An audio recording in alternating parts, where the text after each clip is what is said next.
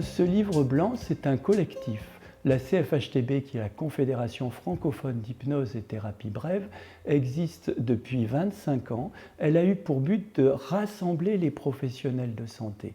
Et ce livre blanc, qui est issu des États généraux de l'hypnose, a rassemblé une quarantaine d'auteurs, différents dans leur spécialité, tous compétents dans leur spécialité reconnue, que ce soit des hospitaliers en anesthésie, en réanimation, des médecins, des psychiatres, des psychologues, des infirmiers, des sages-femmes, des dentistes, qui ont tous, à leur niveau, dans leur spécialité, qui ont tous apporté sur 7 chapitres essentiels ce qu'on devait attendre de l'hypnose de soins, quelles étaient les préoccupations qu'on devait avoir, là où devait se placer la recherche, comment on devait informer le public, comment on devait informer les usagers. De ça est sorti 10 recommandations essentielles.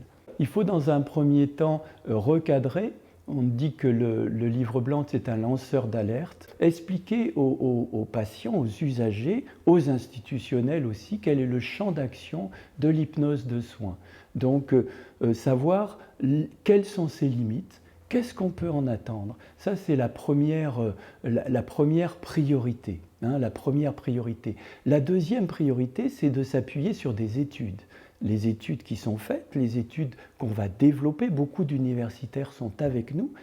La préface de ce livre blanc est faite par le CUMIC, qui est le Comité universitaire des médecines intégratives et complémentaires, qui est fait d'hospitaliers, qui est fait de médecins, de psychologues, qui sont des chercheurs, qui sont des universitaires.